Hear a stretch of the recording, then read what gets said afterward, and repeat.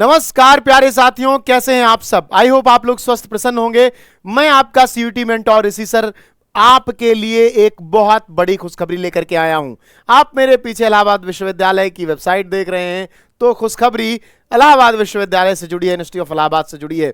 क्या है बता रहा हूं, सभी बच्चों को सूचित कर दो जो इलाहाबाद यूनिवर्सिटी में एडमिशन लेने के इच्छुक हों, जो कट ऑफ में आ चुके हों, जिन्होंने फीस सबमिट कर दी हो और अब ये सोच रहे हो कि कब यूनिवर्सिटी बुलाएगी, कब होगा ऑफलाइन डॉक्यूमेंटेशन, कब होगा वेरिफिकेशन, कब हमें इंडक्ट किया जाएगा यूनिवर्सिटी में। तो अब वो प्रोसीजर शुरू हो गया है। सारे बच्चे, बहुत बड़ी खुशखबरी है आपके लिए। अब इलाहाबाद विश्वविद्यालय ने आपको बुला लिया है। कब, कहां, कैसे बुलाया है, इसकी जानकारियां आपके समर्थ पोर्टल पर अपडेट कर दी गई हैं। लेकिन अगर आप वहां से नहीं देख पा रहे तो एक और सरल रास्ता है जो आप रट चुके हो। यूजी एडमिशन पर जाओगे, किसी भी यहां पर अगर आप फैकल्टी ऑफ आर्ट्स की बात करते हो, क्लिक करोगे तो आपको यहां पर कट ऑफ तो दिखेगी ही, जो फोर्थ कट ऑफ अभी बीए की आई है, बाकी की फिफ्थ सिक्स चल रही है, इसकी फोर्थ आई है। लेकिन यहां पर एक और दिखेगा, schedule for physical verification and enrolment. ध्यान से पढ़ो इसको, इसी का तुम इंतजार कर रहे थे।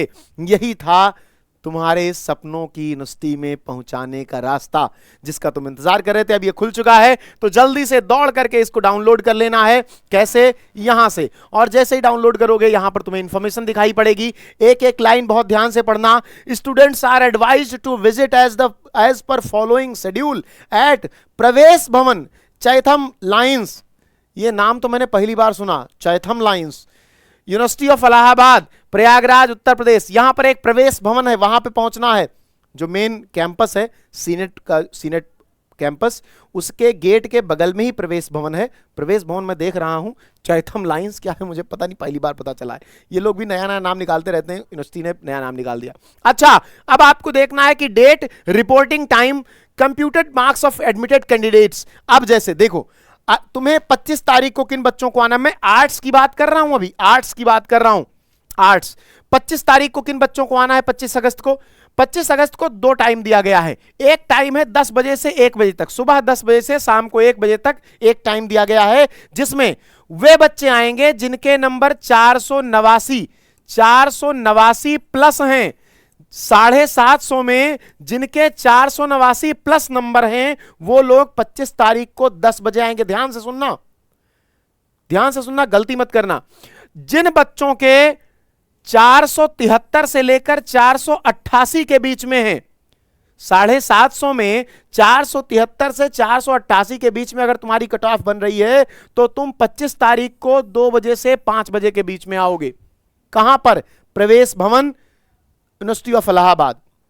वहीं पर अगर तुम्हारा नंबर 460 से 472, बहुत ध्यान से सुनना, बाद में कमेंट सेक्शन में दिमाग खराब मत करना अपना कि समझ ही ना पाओ क्या कह रहे थे ऋषि सर। बहुत क्लियर बोल रहा हूं। 26 तारीख को 10 बजे से 1 बजे तक उन बच्चों को आना है जिनके 460 से 472 के बीच में नंबर हैं, और 2 बजे से 5 बजे तक उन लोगों को आना है जिनके 449 से 459 के बीच नंबर हैं। 449 से 459 के बीच नंबर हैं। वहीं पर डेट आगे बढ़ेगी तो आगे बातें भी होंगी। क्या बात होगी? 27 तारीख को किन्हें आना है? 27 तारीख को, 27 अगस्त को 10 बजे से 1 बजे तक उन बच्चों को, मैं बार बार कह रहा हूं, मैं आर्ट्स की बात अभी कर रहा हूं, आर्ट्स के बच्चे, ह्यूमैनिटीज के बच्चे, उन बच्चों को आना है जिनके 434 से 448 के बीच नंबर हैं। और 2 बजे से 5 बजे के बीच उन बच्चों को आना है जिनके 421 से 433 के बीच नंबर हैं। 750 में, 750 में, 1250 में मत जोड़ लेना, 750। अगर तुम्हारा एडमिशन हुआ है, तुम्हें इलाहाबाद यूनिवर्सिटी अलॉट हुई है, तुमने फीस सबमिट की है, तभी, वैसे नहीं। 28 अगस्त को 10 से 1 बजे के बीच वे बुलाए जाएंगे जिनका नंबर 406 से 420 के बीच है। 2 से 5 के बीच वे बुलाए जाएंगे जिनका नंबर 393 से 405 के बीच है। 29 तारीख को 10 से 1 वे बुलाए जाएंगे जिनका नंबर 381 से 392 के बीच है। 2 से 5 वे बच्चे बुलाए जाएंगे जिनका नंबर 367 से 380 के बीच है। समझ गए? लेकिन ये तो आर्ट्स की बात हो गई, एक और इंफॉर्मेशन है जिसको जानना बहुत जरूरी है। क्या है इंफॉर्मेशन? डली field reporting form available at university website must be submitted at the time of reporting. आपको एक रिपोर्टिंग का फॉर्म मिलेगा यूनिवर्सिटी की वेबसाइट पर, उसे सबमिट करना होगा जब आप यूनिवर्सिटी पहुंचोगे। साथ ही टीसी और माइग्रेशन सर्टिफिकेट जो आपके कॉलेज से 12th वाले कॉलेज से मिलेगा, टीसी या माइग्रेशन सर्टिफिकेट, ट्रांसफर सर्टिफिकेट या माइग्रेशन सर्टिफिकेट, आपको ओरिजिनल लेकर के जाना है। यह सबमिट होगा रिपोर्टिंग के टाइम पर प्रवेश भवन में। अगर नहीं है तो प्रॉब्लम हो जाएगी। Self attested photo copy of original 10+2 marksheet and document asked in remark. जो डॉक्यूमेंट आपसे मांगे गए हैं समर्थ पोर्टल के अंतर्गत, वे डॉक्यूमेंट साथ में 10+2 की मार्कशीट और सभी की फोटो कॉपी, और उनको सेल्फ अटेस्ट करके सभी फोटो कॉपी पे अपना दस्तखत करके जमा करना होगा। Candidates are advised to choose major and minor carefully. अच्छा, नई जो न्यू एजुकेशन पॉलिसी है, न्यू एजुकेशन पॉलिसी में आपको एक मेजर सब्जेक्ट चुनना होता है, एक या दो, और एक माइनर चुनना होता है। मेजर क्या है? जो इंपॉर्टेंट है, जो सबसे ज्यादा प्रमुखता से आप 3-4 साल पढ़ोगे, वो मेजर है। और माइनर क्या है? जो आप उसके पैरेलल पढ़ोगे कि चलो एक और सब्जेक्ट की इसके साथ समझ बढ़ती जा रही है। अच्छा, मेजर और माइनर चूज कहां से करने होंगे? तो जब इलाहाबाद यूनिवर्सिटी आपको अलॉट हुई होगी तो आपको अलॉट हुए होंगे कुछ सब्जेक्ट्स, और उन्हीं सब्जेक्ट्स में से आपको चूज करना है सब्जेक्ट कॉम्बिनेशन। स्टूडेंट एक माइनर और 2 मेजर सब्जेक्ट चुन सकते हैं। अगर आपको 3 या 5 सब्जेक्ट अलॉट हुआ है तो उसमें से आप 2 मेजर 1 माइनर चुन सकते हो अपने लिए। अच्छा, यह भी देखा गया है कि मेजर सब्जेक्ट का पेपर लिखित होता है और माइनर सब्जेक्ट का पेपर आपका होता है ऑब्जेक्टिव यूनिवर्सिटी में सेमेस्टर के दौरान। अच्छा, जैसे मान लो आपने पॉलिटिकल साइंस और हिस्ट्री ये 2 सब्जेक्ट मेजर में ले लिए, अब आप इंग्लिश भी पढ़ना चाहते हो लेकिन इंग्लिश को प्रमुख रूप से नहीं पढ़ना चाहते, तो इंग्लिश आपने माइनर में ले लिया। लेकिन एक बात जो बहुत ध्यान से लिखी हुई है, ठीक है, क्या लिखा हुआ है कि candidates cannot opt any subject major और minor other than subject combination allotted by the university of Allahabad. If you are a student जिसे जो सब्जेक्ट ऑप्ट किए गए हैं, जो प्रोवाइड किए गए हैं, जो तुमने ऑप्ट किया है एडमिशन के दौरान, वो सब्जेक्ट नहीं पसंद है, कोई और चुनना चाहते हो, तो ये पॉसिबल नहीं है।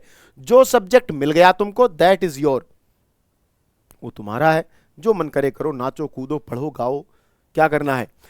After issuance of admission card, जब आपका एडमिशन कार्ड इशू हो जाएगा, जब आपका एडमिशन कार्ड इशू हो जाएगा, any request of change in the subject major और minor will not be entertained at any level.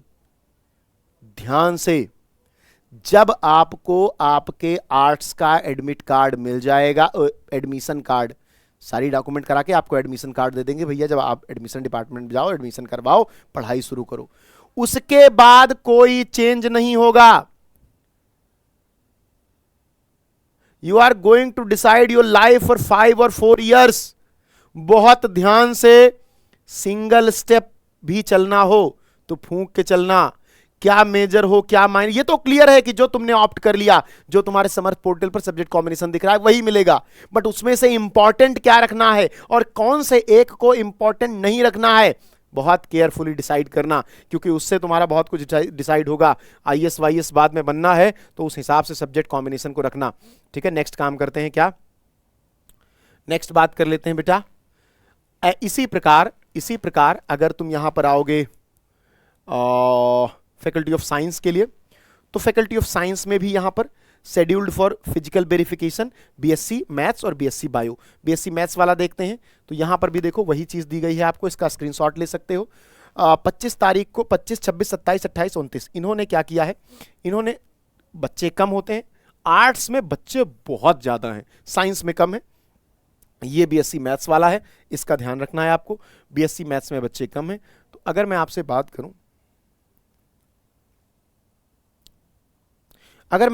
करूं, कि 25 अगस्त को कौन से बच्चे आएंगे, तो जिनका नंबर 430 से ज्यादा है, मैथ वालों की बात कर रहा हूं जो बीएससी मैथ से करना चाहते हैं।